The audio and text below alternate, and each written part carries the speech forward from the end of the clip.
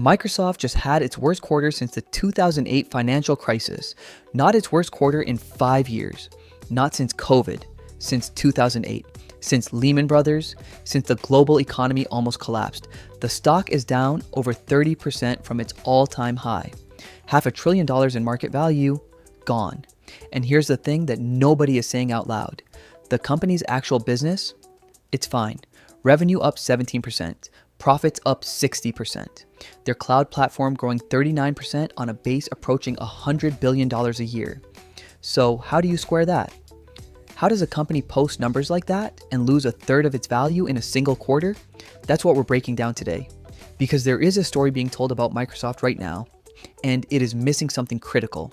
By the end of this video, you're going to see exactly what it is. Before we get into the stock, let's make sure we're talking about the same company. When most people hear Microsoft, they think Windows, Office, maybe Xbox. That's the 1990s version of this company, and it barely matters anymore. The Microsoft of 2026 is 3 businesses.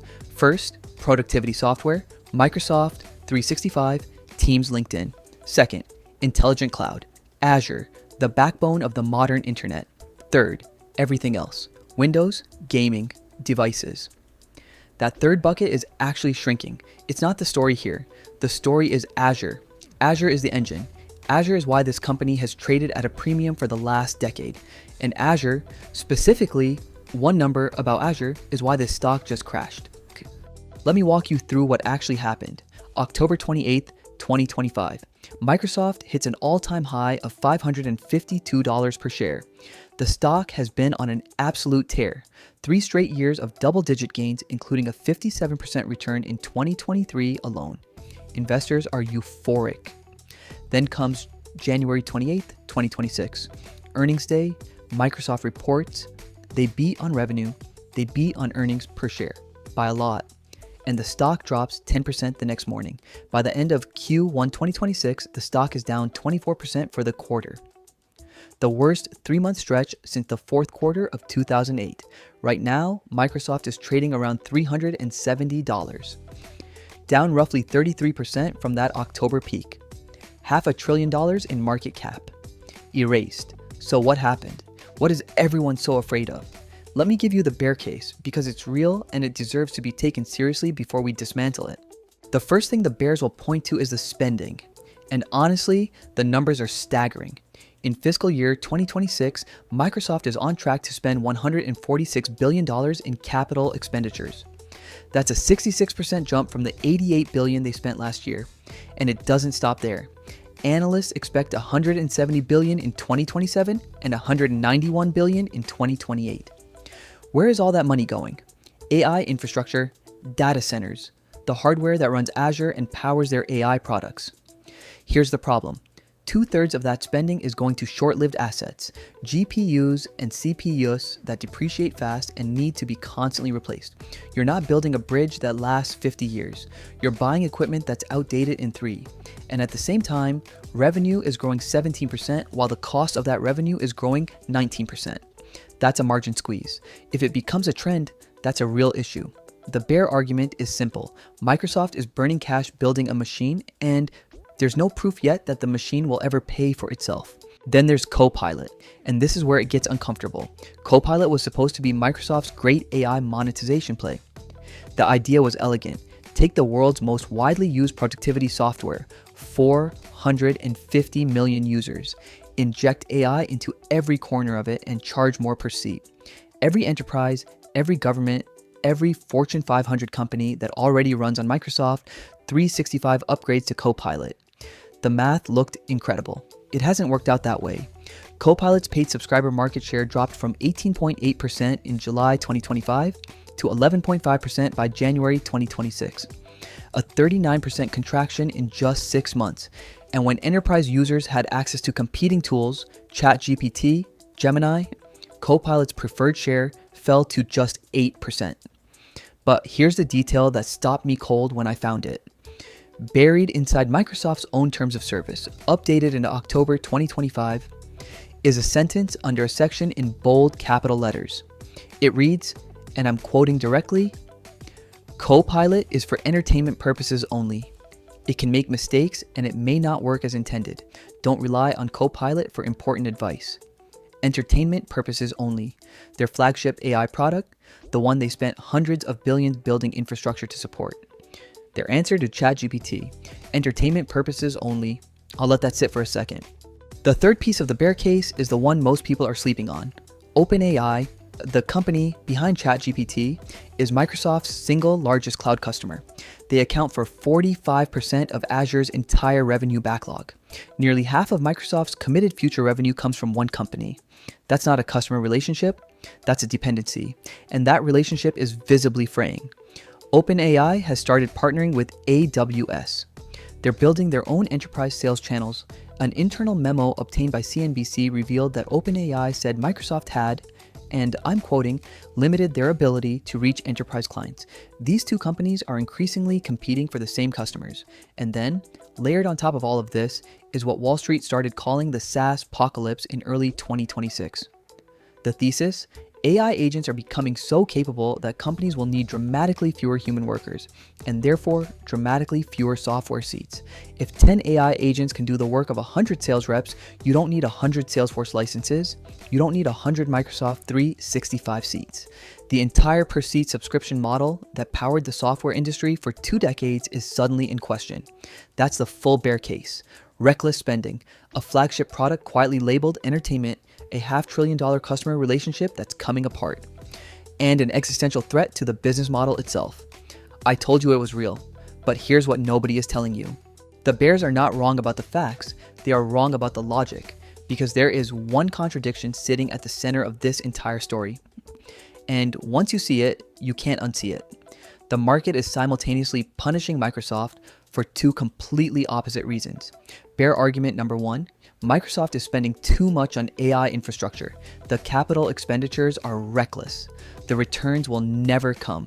The AI bet is going to fail.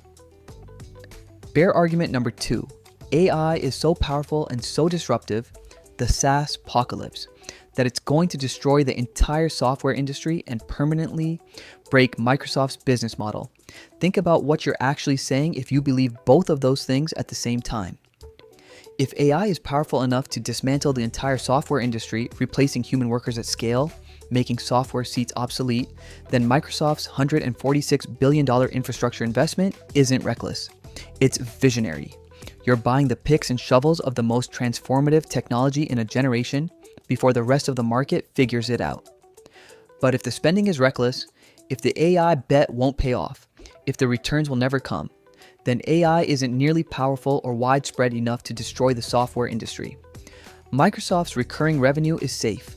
The SaaS apocalypse isn't real. You don't get to have it both ways. The market has priced in both worst-case scenarios simultaneously, and that is exactly where disconnects between price and value are born. Now let's look at what the business is actually doing, because somehow this has gotten completely lost in the noise. In their most recent quarter, the exact quarter that triggered a 10% single-day crash, Microsoft reported $81.3 billion in revenue, growing 17% year over year, earnings per share of $4.14 against expectations of $3.85, a 7.5% beat, net income up 60% year over year. This is not a company in distress. This is not a turnaround story. This is one of the most profitable enterprises on earth reporting what should have been a strong earnings quarter. So why did the stock fall 10%? Azure grew 39% instead of 40%. 1. Percentage. Point.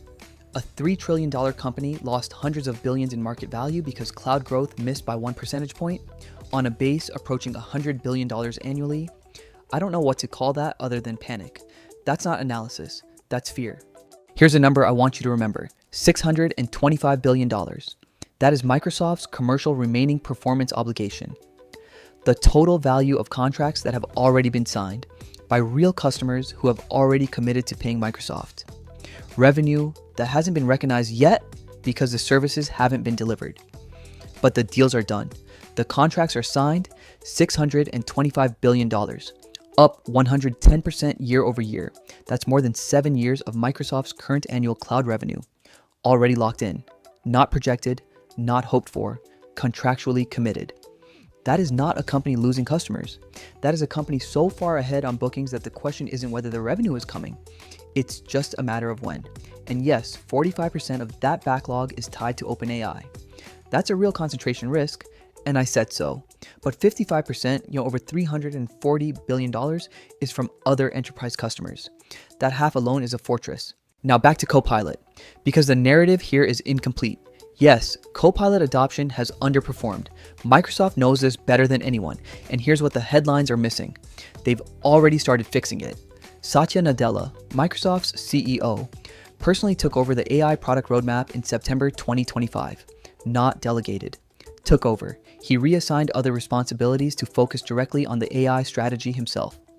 That is a CEO going into founder mode because he knows the stakes are too high to manage from a distance.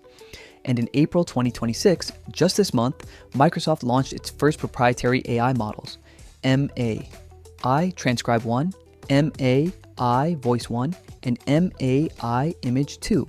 Their own models, built entirely in-house, reducing their dependency on OpenAI. They've also started offering Claude from Anthropic inside Microsoft 365, a direct competitor to OpenAI's models available through Microsoft's own platform. The Copilot story is not they built something that failed.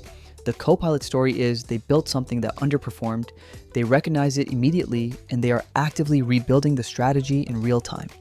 That is a very different company than the one the bears are describing. Let's talk about what you're actually paying for this company right now. Microsoft is currently trading at below 20 times forward earnings. Just a year ago, it was trading at nearly 36 times earnings. The multiple has almost been cut in half. That is the cheapest Microsoft has been on a forward earnings basis in a decade. And earlier this year, it was briefly trading at a lower valuation multiple than the S&P 500 index itself. One of the best businesses ever built, cheaper than average.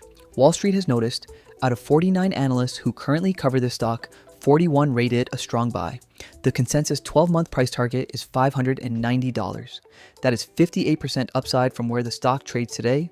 I've never seen a company with this profile, growing revenues, record backlog, dominant market position, trading at this kind of discount with this level of analyst conviction behind it.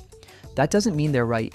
Analysts can be wrong, but when 41 out of 49 of the smartest people on Wall Street agree on something, it warrants your attention. One more thing before we get to the verdict. In the last decade, every single time Microsoft has fallen 30% or more from an all-time high, it has recovered. Every time. The 2022 to 2023 drawdown had the exact same energy as this one. AI spending fears, recession panic, margin compression concerns, same headlines, different year. The stock recovered and went on to hit multiple new all-time highs. And then there's the 2008 comparison, the one the bears love to use because worst quarter since 2008 sounds terrifying. But here's what they leave out. After the 2008 crash, Microsoft eventually went up 27 times. 27 times. That's not a guarantee of anything. Past performance doesn't predict the future, I know, but it does tell you something about what kind of company this is. It tells you that Microsoft has faced existential narratives before, missed the internet, missed mobile, missed search, and somehow, every single time, it found the next thing and compounded its way to being worth more than it was before. Here's the thing about timing. Microsoft reports third quarter earnings on April 29th, 2026, 2 weeks from now. Azure was guided to grow between 37% and 38% this quarter, already below last quarter's 39%. Expectations have been reset.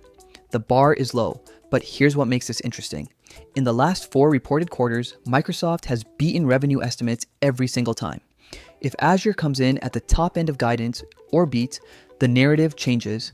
The stock has already priced in continued deceleration. Any positive surprise at all could be the match that lights a very compressed spring. I'm not telling you what to do on April 29th, but I am telling you that the setup is unusual. A deeply depressed stock price, reset expectations, strong underlying fundamentals, an upcoming earnings report as a catalyst. That combination doesn't come around very often. So, where does that leave us? The bear case is real. The capital expenditures are enormous and the returns aren't fully visible yet. Copilot has underperformed its promise. The OpenAI relationship has genuine concentration risk. And the broader software sector is under real structural pressure that isn't going away overnight. But the business is generating $81 billion a quarter and growing. They have $625 billion in committed future revenue already in the vault. Nadella is personally rebuilding the AI strategy. They're trading at the cheapest valuation in a decade. And the central argument being made against this stock, that it's spending too recklessly on AI that is also somehow going to destroy its own business, is logically self-defeating. My read: the market didn't price in bad fundamentals here, it priced in fear. And those are two very different things.